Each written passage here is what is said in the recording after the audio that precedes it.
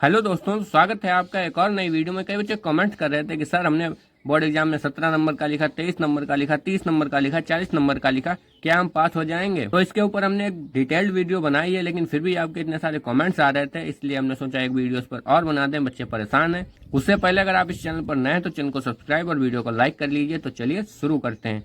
तो सबसे पहले आते हैं वो बच्चे जिन्होंने पेपर छोड़ दिया है या पेपर में कुछ नहीं लिखा। तो भाई वो तो फेल ही हैं, क्योंकि यहाँ मैक्सिमम ऑडियंस 10th या 12th वाली होगी, और आप इतना तो समझते हैं अगर आपने पेपर छोड़ दिया है या कुछ भी नहीं लिखा है तो टीचर नंबर कहाँ से देगा, तो वो फेल हैं।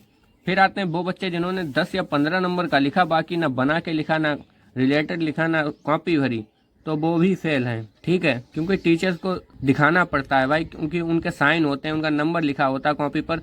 अगर गलत कॉपी आपने चेक कर दी तो आपको जेल भी जानी पड़ सकती है। ठीक है, बहुत सख्त कानून है। फिर आते हैं वो बच्चे जो कहेंगे सर हमने पास होने भर को लिखा लेकिन हमने कटिंग बहुत कर दी, तो आपके चांस 50-50 रह सकते हैं। मतलब अगर कोई अच्छा टीचर हो गया तो वो आपको पास कर सकता है, और अगर कोई सख्त टीचर हुआ तो वो आपको फेल भी कर सकता है, क्योंकि आप ज़्यादा कटिंग करेंगे। खुद कॉपी देखना तो आपको बहुत ज़्यादा फ्रस्ट्रेशन होगी कि क्या कॉपी मिल गई है। ठीक है, तो हो सकता है आपको वो फेल भी कर दे, लेकिन हो सकता है आप पास भी हो जाएं। इसके चांस 50-50 है भाई। ठीक है, फिर आते हैं वो बच्चे जिन्हें 10 या 15 नंबर का आता था, बाकी इन्होंने रिलेटेड या बना के लिख दिया।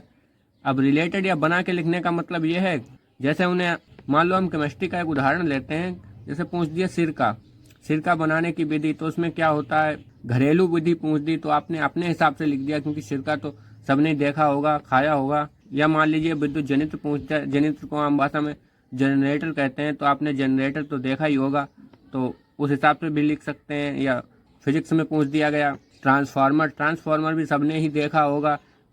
ठीक है, तो आपने अगर बना के लिखा तो आपको नंबर सही सलामत मिल जाएंगे। अगर आपने 15 या 17 नंबर का सही से लिखा है और बाकी बना के लिखा है तो आप आराम से पास हो जाएंगे। हो सकता है आपके 30 नंबर आ जाएं। फिर रिलेटेड लिखने का मतलब ये है, कोलराउस का नियम पूछा गया, आपने ओम का नियम लिख दिया, तो इस हिसाब से भी आपको हो सकता है वो पास कर दें, हो सकता नहीं कर ही देते हैं अगर आपने पेपर रिलेटेड भी लिखा होगा तब भी। ठीक है, तो अगर आपने पेपर रिलेटेड या बना के लिखा है, 15-17 नंबर का आपका सही है, तो आपके 99 चांस रहेंगे कि आपको पास कर देंगे। ठीक है, फिर आते हैं वो बच्चे जो ये ठाने बैठे हैं कि सर हम फेल हो गए, अब हम क्या करें। अगर आप 2 सब्जेक्ट्स में फेल हो गए हैं तो रिजल्ट आने के जस्ट बाद आपके कंपार्टमेंट एग्जाम होंगे, तो आप उसमें फॉर्म डाल दीजिएगा। उसमें पेपर सरल आता है तो आप आराम से पास हो जाएंगे। ठीक है, लेकिन उसके लिए आपको तैयारी अभी से करनी पड़ेगी, क्योंकि रिजल्ट आएगा उसके तुरंत बाद ही आपके पेपर होने लगेंगे। हो सकता है आपको वो 1 महीने का भी टाइम ना दें, उससे पहले पहले पेपर करा दें। तो आप अगर अभी से तैयारी कर सकते, तो आप अगर अभी से तैयारी शुरू करते हैं तो आपका बहुत अच्छे से कवर हो जाएगा और आराम से पेपर दीजिएगा, पास हो जाएंगे। आपकी मार्कशीट भी एक ही आएगी। और जो 3 या 4 विषय में फेल हैं उन्हें तो भाई दोबारा करना ही पड़ेगा, चाहे हाई स्कूल हो चाहे इंटर हो। हमारे समय में 1 में पढ़ता था, आपके समय में इतनी छूट तभी मिल गई कि 2 में पड़ जाता है इम्प्रूवमेंट। ठीक है, फिर आते हैं वो बच्चे जिनका 1-2 क्वेश्चन छूट गया होगा और वो ये वीडियो देख रहे होंगे। तो 1-आध क्वेश्चन छूट जाने से कुछ नहीं होता, इतनी टेंशन मत लो, क्योंकि कोई भी एग्जाम जिंदगी का आखिरी एग्जाम नहीं होता। इसके आगे भी एग्जाम आएंगे। फिर आप कहेंगे हमें जॉब मिल जाए, आपको जॉब भी मिल जाएगी। एक बात बताओ कि आप किसी से पूछना जाके जो जॉब कर रहा है, उससे पूछना क्या तुम अपनी जिंदगी में स्ट्रगल नहीं कर रहे? वो भी स्ट्रगल कर रहा होगा भाई, किसी न किसी चीज़ में।